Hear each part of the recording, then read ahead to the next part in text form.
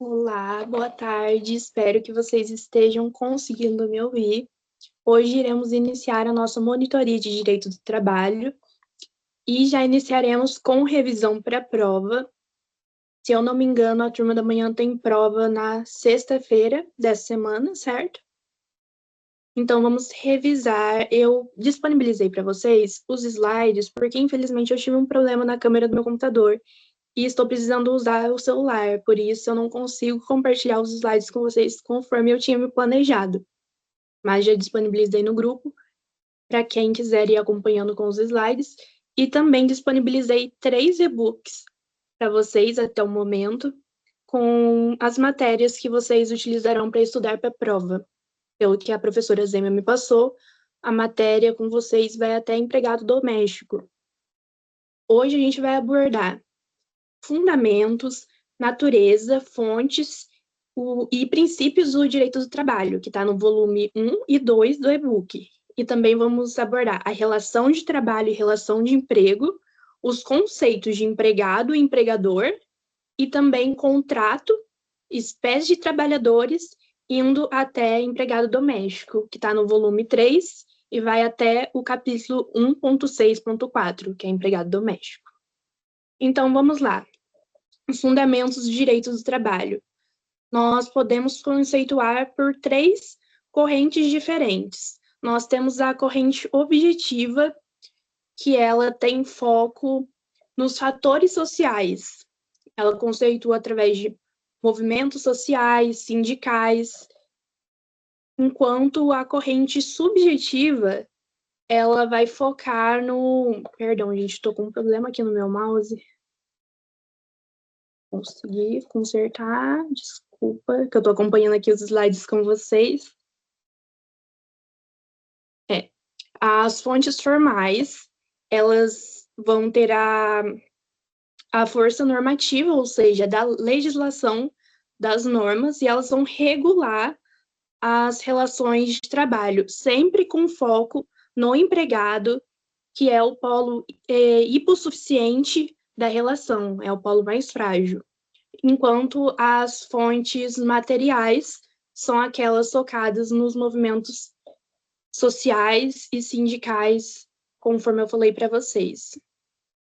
Fatores sociais, políticos e também econômicos, que vão inspirar a criação das normas que são abordadas pelas fontes formais.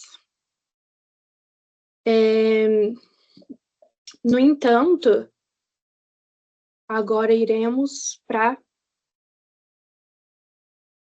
conceituação que é adotada pela doutrina. Perdão, gente, que eu estou no celular e no computador, estou tentando fazer o melhor para vocês com o imprevisto que ocorreu hoje. Mas vamos lá. A conceituação que é adotada no Brasil, através da nossa doutrina, é a corrente mista, que ela foca tanto na corrente formal, tanto na corrente material, unindo a importância das normas e da legislação, assim como na proteção do empregado em relação quanto à relação de empregado e empregador, ou seja, ela pega o melhor das duas correntes. A legislação e as normas da corrente formal é aplicada às relações de trabalho na corrente material, que é a relação de emprego, relação de trabalho entre empregado e empregador. Depois da conceituação, a gente vai para a finalidade do direito do trabalho. A finalidade do direito do trabalho é a justiça social, sempre visando a proteção do trabalhador. Após, seguimos para a natureza jurídica do direito do trabalho. Alguns autores entendem que o direito do trabalho é ramo do direito privado, enquanto outros doutrinadores entendem que o direito do trabalho é ramo do direito público. A teoria do Estado do Brasil é de que o direito do trabalho é ramo do direito privado, portanto, ele tem forte função social. Por quê? Ramo do direito privado, porque é através de um contrato entre particulares. No entanto, tem função social, porque sempre vai proteger o polo hipossuficiente mais frágil da relação, que é o trabalhador. Bom, aqui agora abordar as fontes formais e as fontes materiais. As fontes formais são aquelas advindas por meio da legislação, enquanto as materiais decorrem dos fatores sociais. Vou abordar aqui com vocês, perdão, deixa eu olhar o slide aqui.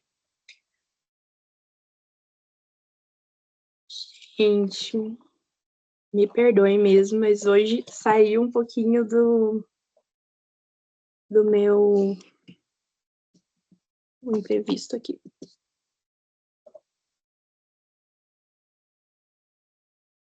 Só um minuto.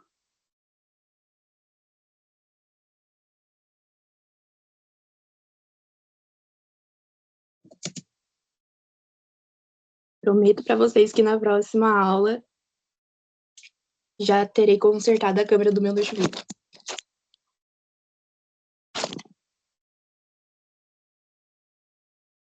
Vamos lá. As fontes formais, então, são aquelas com natureza de força normativa que vão regulamentar efetivamente as relações de trabalho.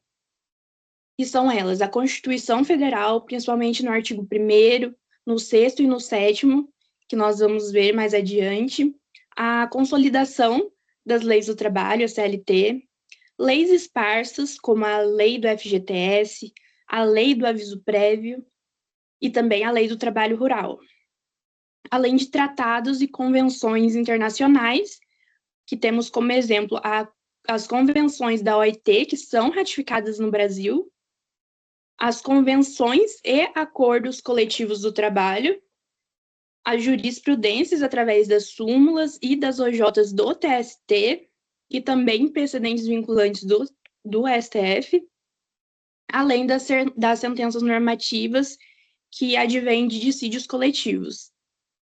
Enquanto isso, as fontes materiais são aquelas que advêm de fatores reais de poder e elas influenciam na elaboração da legislação trabalhista. E a gente consegue observar isso através dos movimentos sindicais, da pressão social e política e de mudanças econômicas e tecnológicas, como o advento das plataformas digitais na relação de trabalho. Agora vamos abordar a estrutura da Justiça do Trabalho. Nós podemos subdividir a estrutura de direito do trabalho em 3. Temos as varas do trabalho, os TRTs e o TST. Iniciamos no primeiro grau, que é a vara do trabalho. Nesse ponto seria até interessante vocês acompanharem o slide, porque eu coloquei uma ilustração para que fique mais fácil para vocês visualizarem essa questão de primeira instância, segunda instância e instância extraordinária. Vamos iniciar, então, onde tem o conhecimento do processo, que é na vara do trabalho. A competência da vara do trabalho é processar e julgar ações oriundas da relação de trabalho. Isso está previsto no artigo 114, parágrafo 1º da Constituição Federal. E ali quem decide, quem julga e profere a decisão é o juiz do trabalho, ou seja, é uma decisão individual, ao contrário do que nós vamos ver lá para frente no TRT, no TST. E a função da vara do trabalho é o conhecimento inicial dos conflitos trabalhistas. Ela vai entender, vai receber a causa e vai proferir o julgamento através do juiz do trabalho. Aqui nós temos como exemplo de ação a reclamação trabalhista, também temos a ação de consignação em pagamento. E agora iremos para o Tribunal Regional do Trabalho, são os TRTs. Eles são localizados por diversas regiões do país. Ao total, atualmente, nós temos 24 TRTs. E a composição do TRT é de, no mínimo, 7 desembargadores, com competência para julgar recursos ordinários. O recurso ordinário, não sei se vocês já tiveram processo civil, processo do trabalho, acredito que vocês terão no próximo ano. E aí vocês vão ver essa questão de recursos mais detalhados, mas só para que faça um pouco mais de sentido para vocês. O recurso ordinário é como se fosse a apelação no processo civil. Ele serve para recorrer de sentença na questão trabalhista. Da sentença trabalhista se interpõe recurso ordinário. Então, a competência do TRT é julgar o recurso ordinário contra as decisões que foram proferidas lá na vara de trabalho, mas também tem competência para julgar processos que sejam de sua competência originária, ou seja, processos que iniciam aqui no TRT. Nem todos os processos eles vão se iniciar lá na vara do trabalho. Alguns vão se iniciar aqui no TRT, como, por exemplo, a ação rescisória, que é algo que vocês também vão ver lá no processo do trabalho. Então, não se prendam muito a esses detalhes que eu estou mencionando apenas para que faça um pouquinho mais de sentido para vocês, porque eu sei bem como é aprender um assunto sem saber o que é uma ação rescisória, o que é um recurso ordinário. É um conceito um pouco difícil e não tem como vocês entenderem a estruturação do tribunal se não pegarem um pouquinho desses detalhes. Mas não se preocupem de não entender, estou dando apenas uma pincelada para que seja um pouco mais fácil para vocês. E agora vamos para a última instância, que é o Tribunal Superior do Trabalho. Última aqui dentro do conceito trabalhista. O Tribunal Superior do Trabalho, ele é uma cúpula. Ele possui 27 ministros, e aqui não é através de concurso público, como no TRT e na vara do trabalho, que é através de concurso para juiz, para magistratura. Aqui no TST, os ministros eles são nomeados pelo presidente da República e depois dessa nomeação tem que ter uma aprovação no Senado. E, é claro, tem que atender certos requisitos, que é ter idade entre 35 e 65 anos, e também é indispensável que tenha notável saber jurídico e reputação ilibada. E a competência, finalmente, do Tribunal Superior do Trabalho é uniformizar a jurisprudência trabalhista em todo o país. Ou seja, se o TRT da 9ª região deu uma certa decisão sobre o assunto férias, o TRT da 9ª, foi 9ª que eu falei, né, gente? A cabeça depois do dia de trabalho.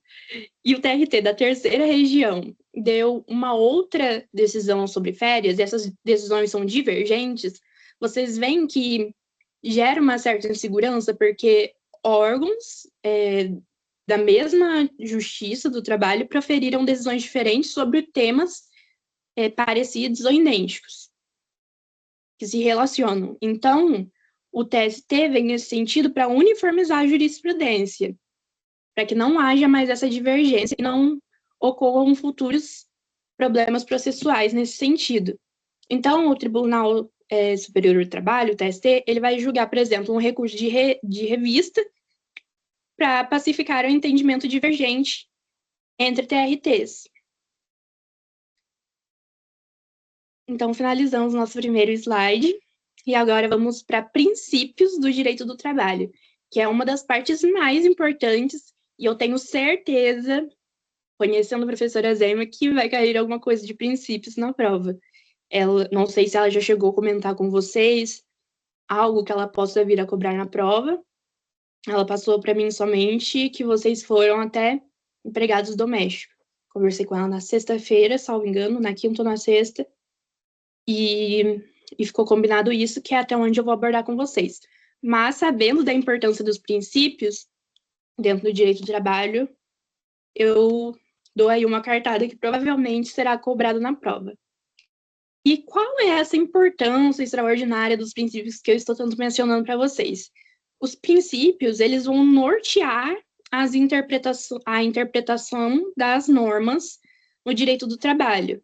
Nós temos a legislação trabalhista, mas nós temos vários entendimentos dela. Então, os princípios vêm para nortear a forma que nós vamos interpretá-las, sempre protegendo o trabalhador e equilibrando a relação de emprego. E os princípios, nesse sentido, eles são fundamentais para a gente compreender e internalizar esse sentido protetivo do direito trabalhista. E vamos começar por um dos princípios mais importantes, e que esse princípio tem 3 subdivisões. Guardem isso, porque ao final nós vamos fazer um quiz, perguntas rápidas aí para fixar o conhecimento, e esse princípio vai estar lá. Eu quero ver quem vai lembrar até o final dessa aula, para quem está assistindo aqui comigo, ou quem vai assistir gravado depois. O princípio da proteção, ele é um dos princípios centrais do direito do trabalho, se subdividindo em 3 princípios. Vou mencionar para vocês quais são e depois a gente vai detalhar, ok? Primeiro é da norma mais favorável, o segundo é a condição mais benéfica, e o terceiro é indúbio pró operário, que é, na dúvida, sempre a favor do trabalhador. O princípio da norma mais favorável, ele é aplicado quando a gente se vê diante de 2 normas. Há 2 leis que podem ser aplicadas ao caso. Qual que a gente vai aplicar? A gente vai aplicar sempre a norma mais favorável, ou seja, aquela que for mais benéfica ao trabalhador. O nome desse subprincípio é autoexplicativo, norma mais favorável. A norma a ser aplicada entre 2 normas é sempre a que se prevalecer mais benéfica ao trabalhador. Condição mais benéfica, cuidado para não confundir norma mais favorável com condição mais benéfica. Norma mais favorável é 2 normas, uma é mais benéfica do que a outra. Condição mais benéfica, o que é? É quando há condições vantajosas, além do que é aquilo previsto em lei, e que elas vão se incorporar ao contrato de trabalho. Como assim? Existem certas limitações básicas que a lei nos traz, como, por exemplo, vamos dizer, folga. A lei prevê que tem, no mínimo, o DSR, que é o descanso semanal remunerado, que atualmente é a escala 5/1, pelo menos um descanso semanal remunerado. Isso é o básico, todo mundo tem que aderir, um descanso semanal remunerado. E se nesse contrato de trabalho for estipulado entre as partes 2 ou 3, vamos dizer, no mundo ideal, em que há 2 ou 3 folgas, né, que é o DSR. Como é uma condição mais benéfica do que aquilo que a lei nos traz, né, que a lei prevê, isso vai se incorporar, vai adentrar, vai começar a fazer parte, não vai ter mais maneira como desmembrar do contrato. Essas condições começam a fazer parte integral do contrato. Ou seja, quando foi assinado o contrato de trabalho, foi estabelecido que teria 3 folgas semanais. Depois disso, por conta do volume de trabalho, o empregador quer estabelecer que agora seja apenas uma folga a cada 15 dias, ou uma folga por semana, né, que é o que a lei prevê. Mesmo estando dentro do que a lei prevê, não pode regredir. É igual aquele princípio que a gente tem no direito penal, que também vai servir para o próximo princípio, que é indúbio pro operário, que é parecido com o indúbio pro réu. É sempre a norma mais benéfica ao trabalhador, assim como o indúbio pro réu é sempre em benefício do réu. Quando a gente tem uma non-vatio legis impedius, ou seja, uma lei pior, ela não pode retornar e atingir ao passado. Gente, me fugiu a palavra agora.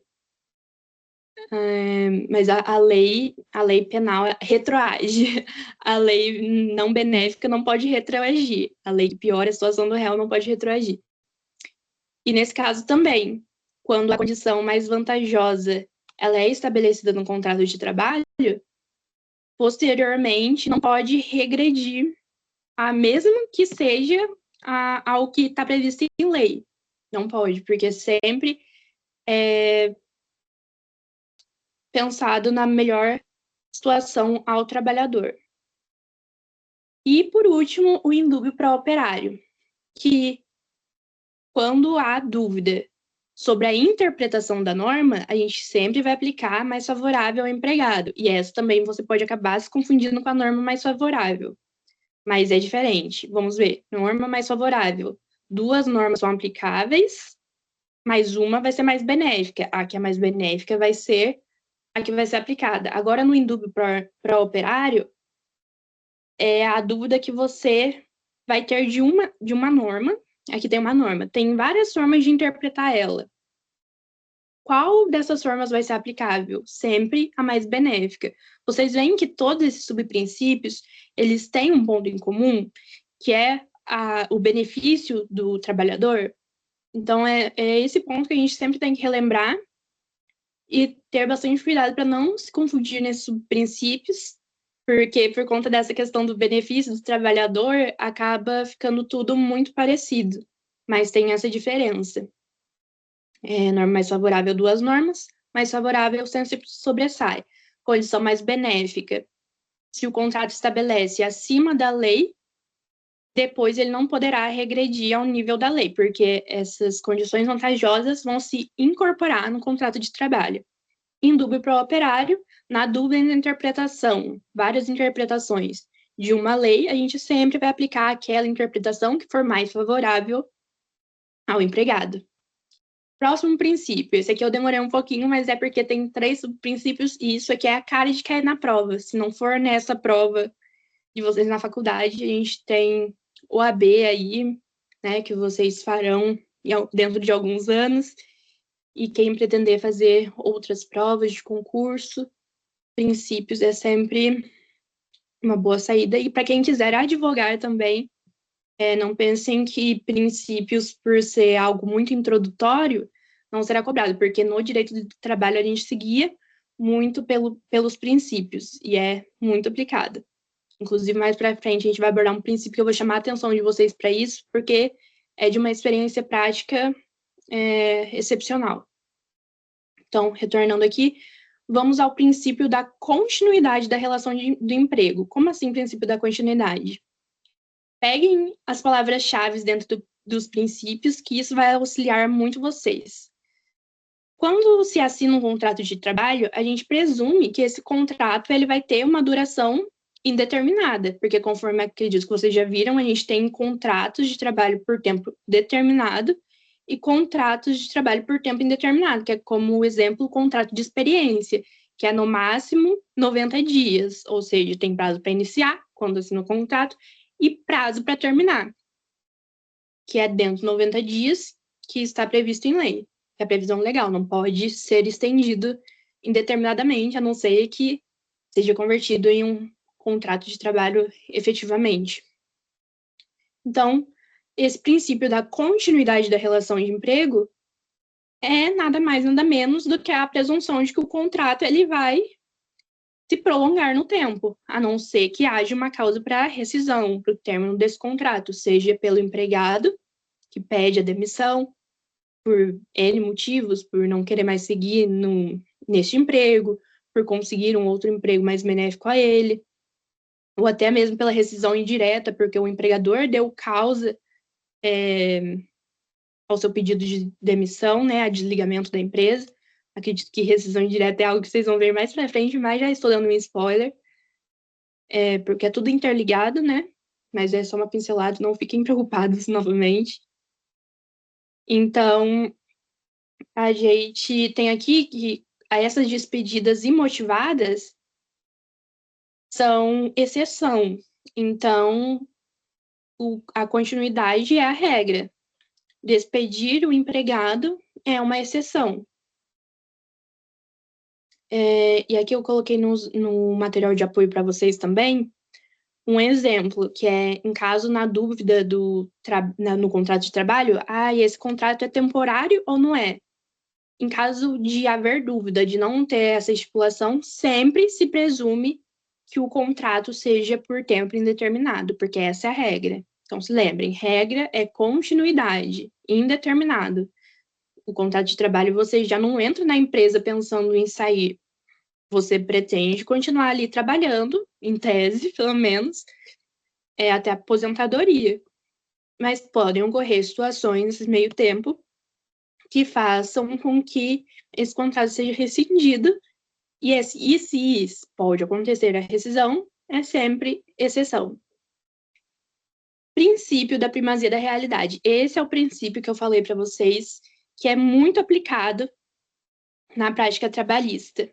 Isso porque os documentos, como bem sabemos, nem sempre, e no direito do trabalho muitas vezes, não refletem a realidade. E esse princípio nada mais é do que os fatos, a realidade, a veracidade dos fatos, sempre vai se sobressair aos documentos. Então, o que sempre vai valer é a realidade dos fatos e não apenas aquilo que está escrito em contrato.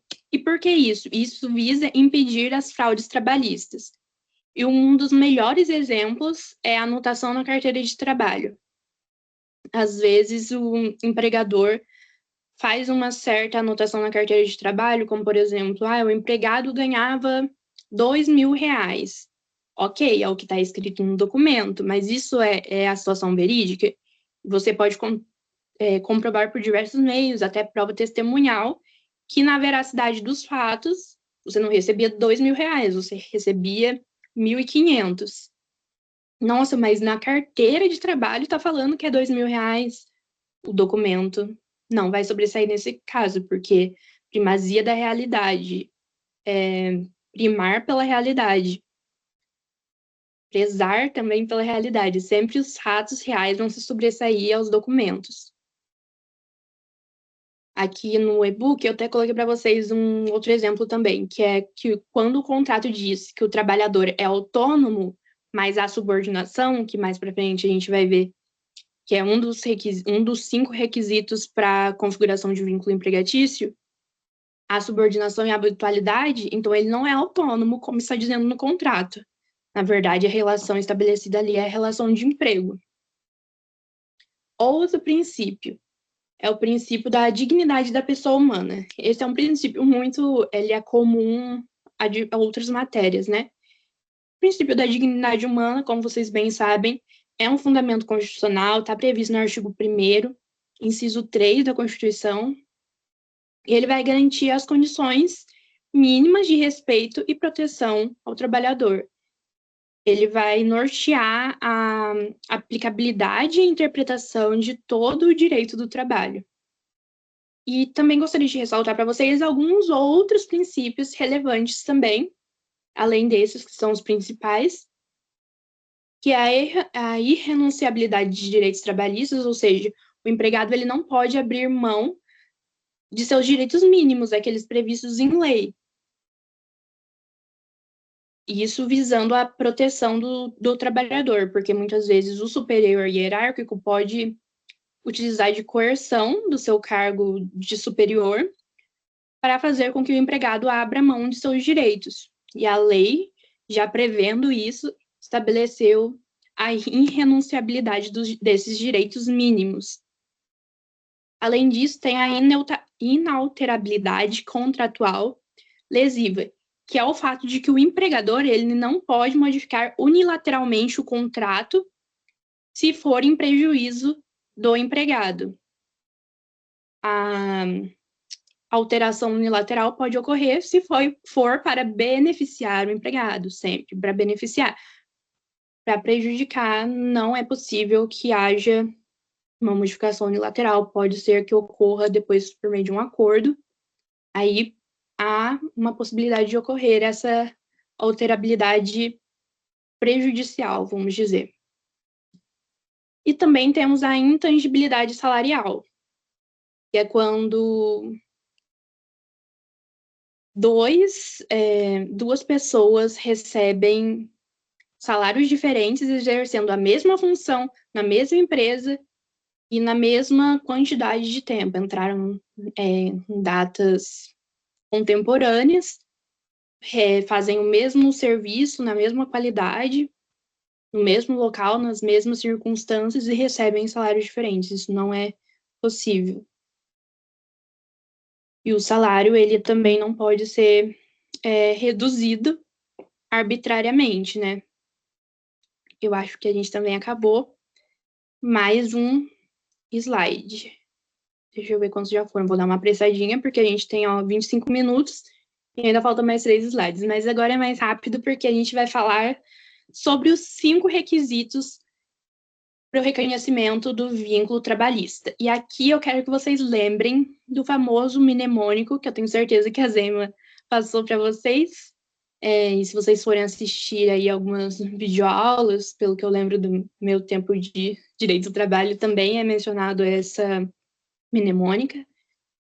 Não sei dizer se na doutrina também menciona, mas é excepcional para lembrar, que é o PPHSO. Primeiro P, pessoa física, ou seja, para ver o vínculo trabalhista, você não pode estar no CNPJ, não é a pessoa jurídica, você como prestador de serviço, aí deixa de ser vínculo trabalhista, em tese. Você tem que estar ali enquanto CPF, enquanto pessoa física.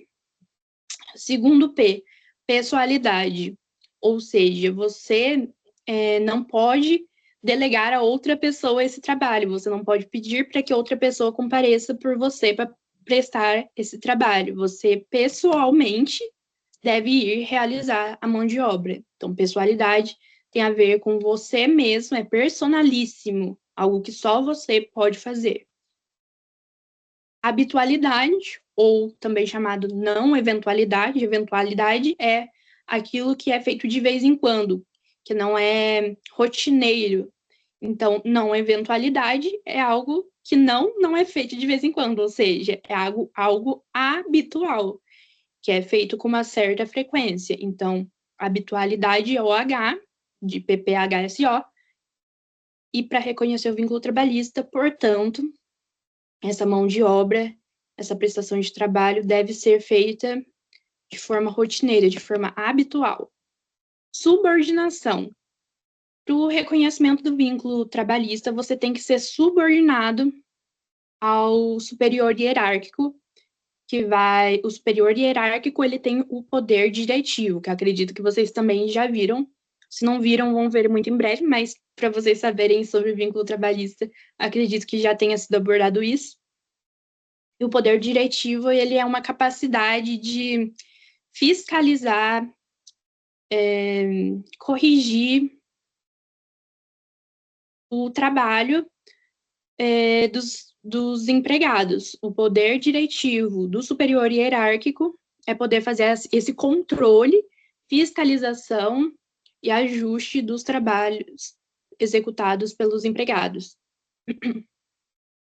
Então, para você ser reconhecido enquanto empregado, ou seja, ter um vínculo trabalhista, você tem que estar subordinado às ordens do empregador. E, por fim, o último requisito, o O, de PPHSO, é onerosidade, ou seja, o dinheiro que você vai receber por isso. E aqui a gente tem que ter muito cuidado, que é onde a gente vai diferenciar a relação de trabalho e relação de emprego, que é a questão da onerosidade. Para ser considerado emprego, é necessário que haja o pagamento. Agora, no trabalho, nem sempre. Isso a gente vai ver, eu fiz uma tabela bem legal para vocês, que faz exatamente as divisões que vocês precisam saber. Vejam e revejam essa tabela, que eu acho que vai ajudar bastante vocês fazerem a diferença entre a relação de trabalho, que é gênero. Eu fiz até no e-book, se eu não me engano, um círculo grande, eu fiz uma esquematização em conjuntos, que é o círculo grande, que é gênero, relação de trabalho. E dentro do gênero, que é o círculo menor, tem a relação de emprego, que é espécie. Então, a relação de emprego, ela vai abranger toda forma de trabalho humano lícito. Qualquer tipo de trabalho pode ser uma relação de trabalho. Já a relação de emprego, ela é apenas uma das formas de relação de trabalho, porque ela exige muitos requisitos para que seja caracterizada a relação de emprego. Agora, os sujeitos na relação de trabalho pode envolver pessoa física ou jurídica. Eu posso ser um prestador de serviço enquanto MEI, por exemplo. Posso ser um microempreendedor individual. Posso estar prestando serviço a outra pessoa enquanto CNPJ. Ou posso estar prestando também no CPF, mas podem não estar presentes os outros requisitos para o vínculo trabalhista, além da pessoalidade, da pessoa física. Já na relação de emprego, somente pessoa física vai poder estabelecer vínculo, igual nós vimos acima nos 5 requisitos. Aí agora, requisitos, que na relação de trabalho não exige todos os requisitos da relação de emprego, e na relação de emprego, PPHSO, pessoa física, pessoalidade, habitualidade de subordinação e onerosidade. E exemplos. Quais trabalhadores estão previstos aqui nessa relação de trabalho? O autônomo, ou seja, aquela amiga que vende bolo de pote, por exemplo, uma trabalhadora autônoma. Até os advogados, muitas vezes, trabalhadores autônomos. O trabalhador eventual, freelancer, por exemplo. O estagiário também é uma relação de trabalho, você está executando ali uma mão de obra. Paga ou não, uma mão de obra. E é considerado relação de emprego, mas não é considerado uma relação de trabalho.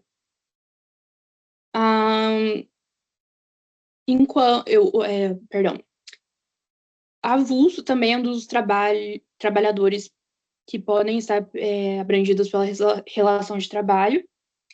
O cooperado e também o voluntário, gente. Trabalhador voluntário, que é aquele que não estará recebendo por aquilo, é uma relação de trabalho. E aqui é aquele ponto que eu falei para vocês sobre a onerosidade. Ela está prevista apenas na relação de emprego, mas não necessariamente na relação de trabalho. E na relação de emprego, é aquele empregado que é regido pela CLT, lá no artigo 3º. As normas aplicáveis na relação de trabalho. A gente tem infinitas normas, tem uma infinidade de legislação, pode ser a lei de estágio para os estagiários, a lei do cooperado para os trabalhadores do cooperado, a lei complementar doméstica, etc. Agora, na relação de emprego, a legislação que vai reger é a CLT e as normas constitucionais, indispensavelmente. A finalidade da relação de trabalho é regular as diversas formas de prestação de serviço. Já na relação de emprego, vai regular a prestação de serviço subordinado e com proteção máxima ao trabalhador. Agora, quase terminando, já no slide 6 de 7, é o último com conteúdo, porque o próximo será exercício. E aqui a gente vai abordar o contrato de trabalho e espécie de trabalhadores. Bom, o contrato de trabalho, ele é um acordo entre as partes e ele pode ser expresso, ou seja, através de um documento formal escrito, ou tácito. E nesse acordo tácito, ele é tido quando há prestação de serviço e há o consentimento entre as partes de estar ali prestando serviço e estar adquirindo o serviço de outra pessoa, no caso do empregador, mas não há um documento que estabeleça aquilo, escrito ou formalmente. Não deixa de ser um contrato de trabalho. Então, é um acordo expresso ou tácito que vai ser estabelecido entre o empregado e o empregador com o objetivo de regular a relação de emprego.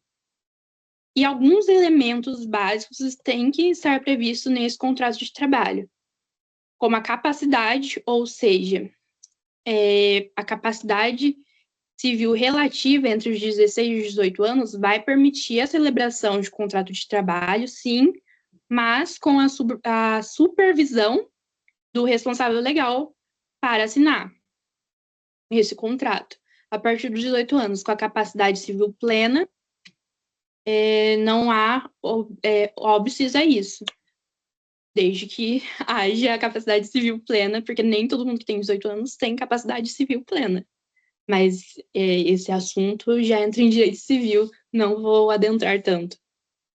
Já aos 14 anos, dos 14 aos 16, é possível que se adentre ao mercado de trabalho, no entanto, como jovem aprendiz.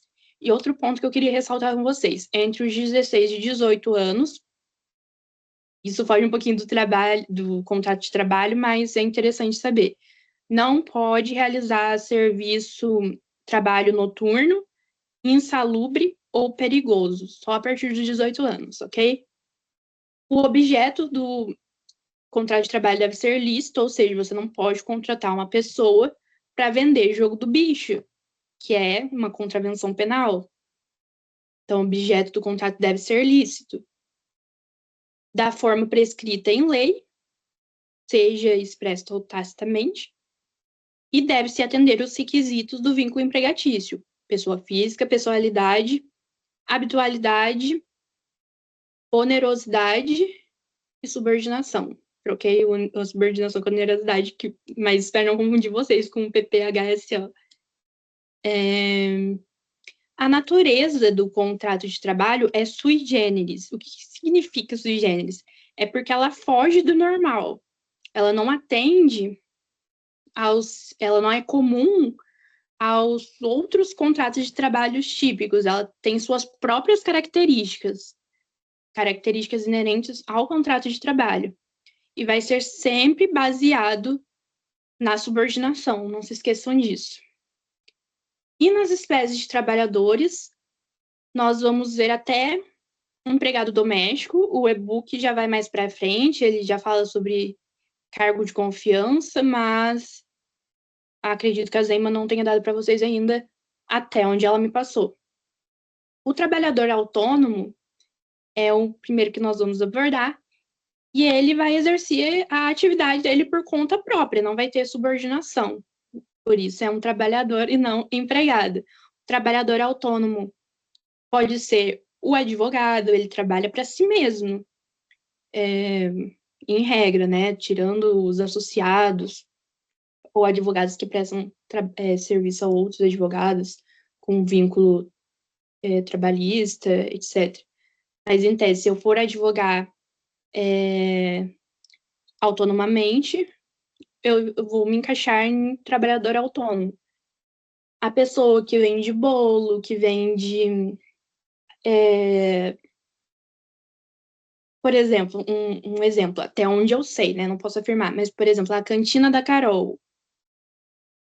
A Carol trabalha de forma autônoma na Unisal, ela não é subordinada à Unisal, ela tem um CNPJ e ela presta serviços alimentícios ali. Essa atividade de prestação de serviço é por conta própria, ela não se subordina à instituição de ensino.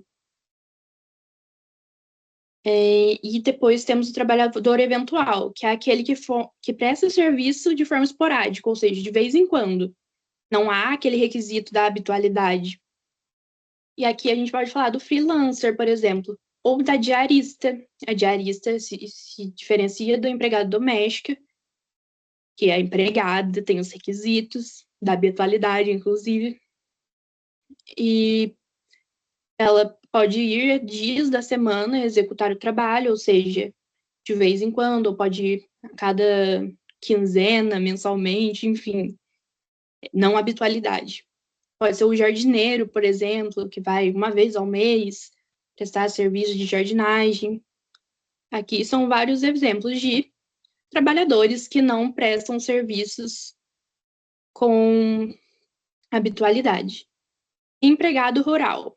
Aqui eu quero que vocês prestem bastante atenção, empregado rural e empregado doméstico, que vai ter uma questão sobre isso também de fixação, gente. Não estou falando de questão para prova, viu? Pelo amor de Deus, depois vão falar. A monitora disse que isso ia cair na prova. Mas vamos lá, empregado rural.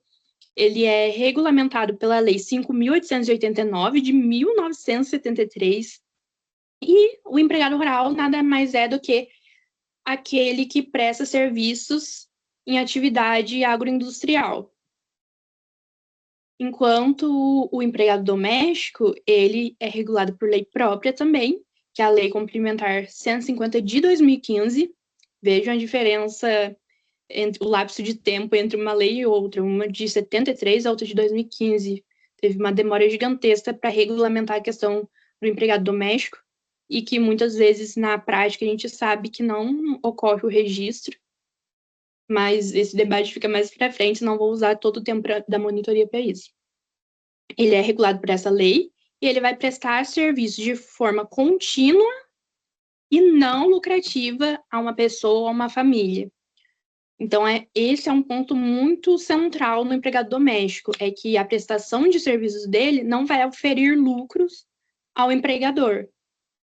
Todo esse trabalho que é realizado em âmbito doméstico é feito a título de auxílio, né, ao empregador, e não para que ele aufira lucro com isso.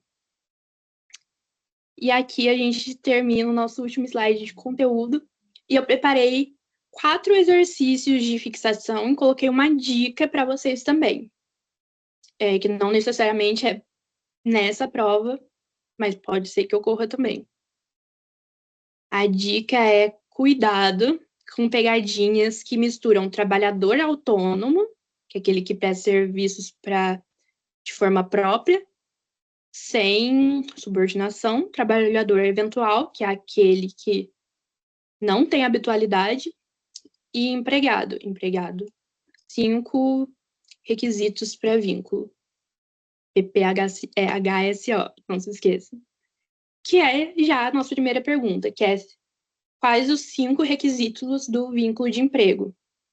Vou falar pela 20ª vez, que é para vocês não esquecerem. Isso cai muito. Que é pessoa física, pessoalidade, habitualidade, subordinação e onerosidade. PPHSO. Qual a diferença entre empregado rural e doméstico, que é aquilo que eu tinha comentado com vocês no slide anterior? O empregado rural, a principal diferença aqui reside no auferimento de lucros. No empregado rural, vai auferir lucros, no doméstico não. Por quê? No empregado rural, a prestação de serviços é agroindustrial, é na agronomia, na pecuária, e isso, obviamente, que vai gerar lucro ao empregador, que vai se utilizar isso para exportação ou para venda nacional, vai receber lucro dessa prestação de trabalho. Já no serviço doméstico, o trabalhador doméstico, para ser enquadrado em trabalhador doméstico, não pode oferir lucro à pessoa, à família. Mesmo que o empregado doméstico preste serviço numa zona rural, por exemplo, que aí pode ser que tenha uma pegadinha, empregado rural, empregado doméstico que trabalha numa residência área rural. Por exemplo, empregado doméstico não é só empregada doméstica que realiza serviços, né, de limpeza, de manutenção da casa. Pode ser um caseiro, por exemplo, que é muito comum em sítios, chácaras, fazendas, que tem como função ali a manutenção do espaço, a limpeza, consertos, segurança, etc. Todos esses serviços de manutenção, limpeza, segurança, consertos, não é para que o empregador lucre, é uma forma de cuidado. A prestação de serviço dele é cuidado, é delegada, serviços que o empregador iria fazer por N motivos não quer ou não pode fazer, é delegada a esse empregado, que recebe por isso. Não para o empregador lucrar, ao contrário do empregado rural, que embora ambos possam estar no âmbito rural, um ofere lucro, o outro não. Principal diferença. Quais os 3 subprincípios do princípio da proteção? A gente viu isso aqui. Norma mais benéfica, condição... Perdão, gente. Norma mais benéfica, condição mais benéfica e indúbio pró-operário. E a última pergunta, o que prevalece em caso de conflito entre 2 normas trabalhistas? Isso aqui já é mais que explícito. Se vocês chegaram até esse ponto da aula e não lembram, olha, gente, pelo amor de Deus, não façam isso comigo. Entre 2 normas trabalhistas, sempre vai prevalecer a norma mais benéfica, que é um dos 3 gente, estou cansada, perdão. Um dos 3 subprincípios do princípio da proteção, que é a norma mais benéfica, a norma mais favorável. Então, eu separei esses exercícios bem simples, que é mais para questão de fixação. Já deixei a dica para vocês.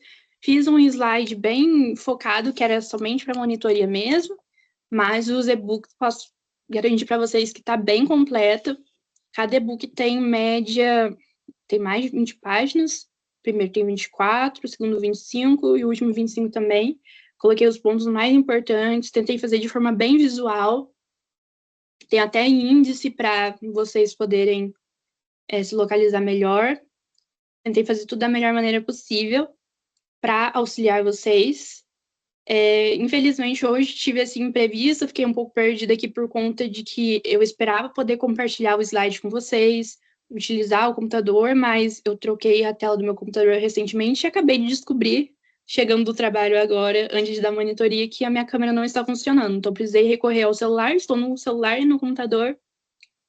Então, não pude desenvolver a aula da maneira que eu gostaria, mas prometo que eu irei solucionar isso na próxima aula. Espero que tenha sido proveitoso para vocês. Espero que tenha sido uma boa revisão para a prova, que vocês se sintam preparados para isso. Me coloco à disposição também para caso de eventuais dúvidas. Já disponibilizei os materiais, ok? E desejo desde já uma boa prova para vocês nessa sexta-feira. Então, encerramos a aula por aqui. E tchau, tchau, pessoal. Qualquer coisa, podem entrar em contato comigo pelo contato que está no grupo dos monitores, ok?